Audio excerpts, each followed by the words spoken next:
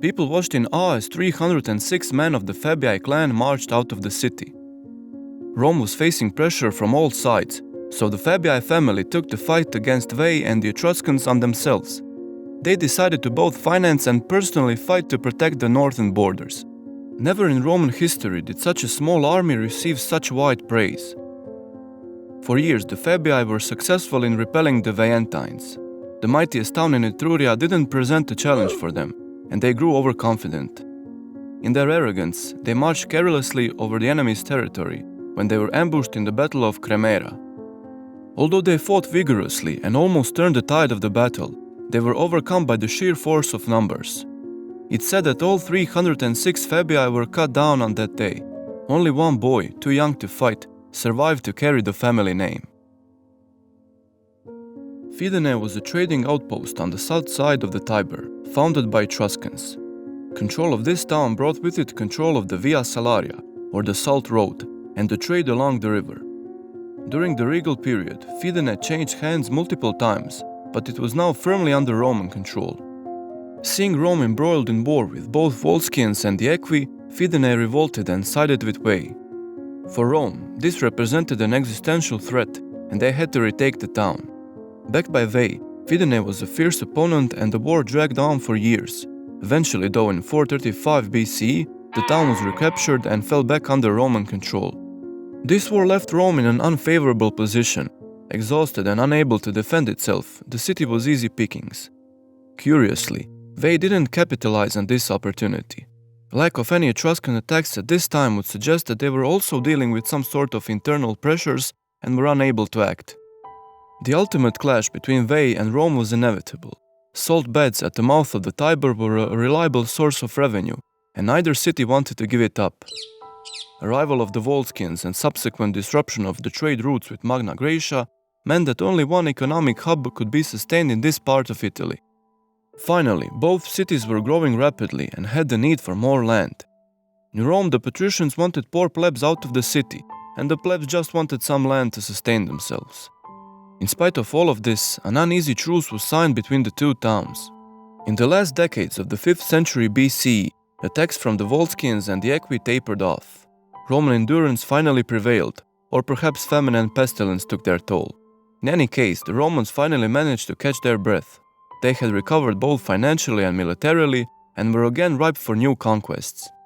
When the truce with Veii finally expired, Romans looked for any excuse to deal with their unwanted neighbors. An insult from the Veientine Senate in 406 BCE was enough to start a conflict that would see the end of Etruscan dominance in central Italy. The city of Veii was surrounded by cliffs from 3 sides. A narrow passage on the north side was the only way in or out of the city, and that passage was heavily fortified.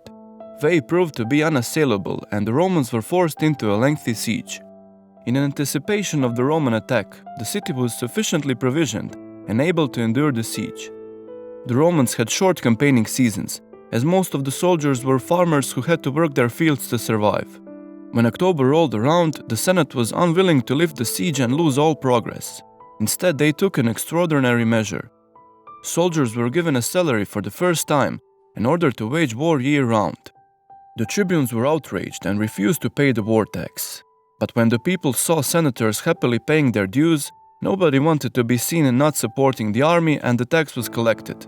This was the first step on a road leading directly to the death of the Republic. The Romans besieged Veii for years.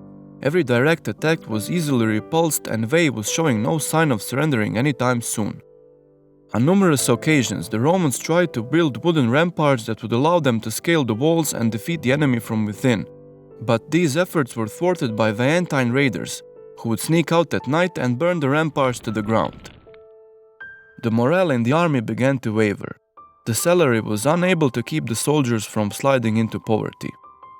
Their farms, uncultivated for years, began to fall into disrepair.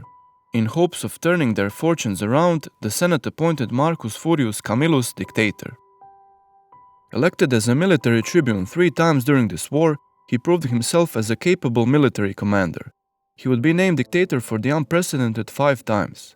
His legacy was so great that he was even proclaimed the second founder of Rome. But for now, his task was to bring this prolonged conflict to a quick end. Camillus knew that a direct assault on the city was impossible. Instead, he ordered his men to dig a tunnel beneath the city walls.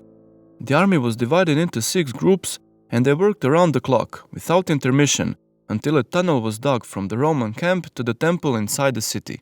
To avoid any suspicion, the Romans would periodically attack the city gates. When the tunnel was ready, a full-scale assault on the city began, whilst a small contingent of men was sent through the tunnel, with orders to open the gates from within. Watching the whole Roman army charging at their walls kept the Veientines from realizing what was going on. Once the gates were opened and the army poured into the city, it was all over. Veii was razed to the ground and the population enslaved. A siege that lasted for years was brought to a close within 6 months of Camillus taking office. Although the official records state that the war lasted for 10 years, no doubt taking inspiration from Homer's Trojan War, the historical records put the length of the conflict at 6 to 7 years. Returning victorious to the city, Camillus was granted a triumph. In his arrogance, he entered the city while riding on a chariot pulled by 4 white horses. This was one of the marks of the kings, and the people quickly turned against him. The only thing that Romans hated more than their neighbors were kings.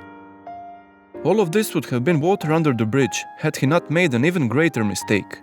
He announced that all soldiers were required to hand over 1/10 of the plunder, which would be dedicated to the gods. Now even the army turned against him, and Camillus was banished from the city. It wouldn't be long before the Romans wished Camillus was back at the head of the army. The Battle of Cremera, described at the start of this video, oddly resembles the sacrifice of King Leonidas and his 300 Spartans. Perhaps some Roman authors wanted to show that the Greeks were not the only patriots, willing to give their life for their country. But one interesting bit of historical evidence does present itself. In the years before the battle, members of the Fabii family were often elected to serve as consuls and military tribunes. But in the years after the battle, there is a noticeable lack of any Fabii man holding office. This absence was stopped when the only surviving boy came of age and could finally hold office. Ruins of Veii remained hidden until aerial photos revealed a discolored patch of grass 10 or so miles north of Rome. Further archaeological excavations revealed a once mighty city that lay buried for 2 millennia. Interestingly, drainage tunnels were discovered beneath the city. Most of these were packed with rock and debris to block the passage. It's hard not to presume that the Romans found one of these tunnels, emptied it out, and stormed the city by surprise. The Etruscan League was not a classical military alliance. It was more of a loose confederation of independent trading partners. Migration of Celts into the north of Italy put further pressure on the whole league. Rise of Syracuse in the south put pressure on Veii's ally Carthage, who was unable to send aid, and Veii stood alone against the might of Rome. Combination of these factors, with a sprinkle of Roman ingenuity, allowed them to prevail in this prolonged conflict. The Celts that settled in the Po Valley began to move further south. With Veii defeated, the road to Rome stood undefended. Join us next time as we discuss the destruction of Rome and its second founding.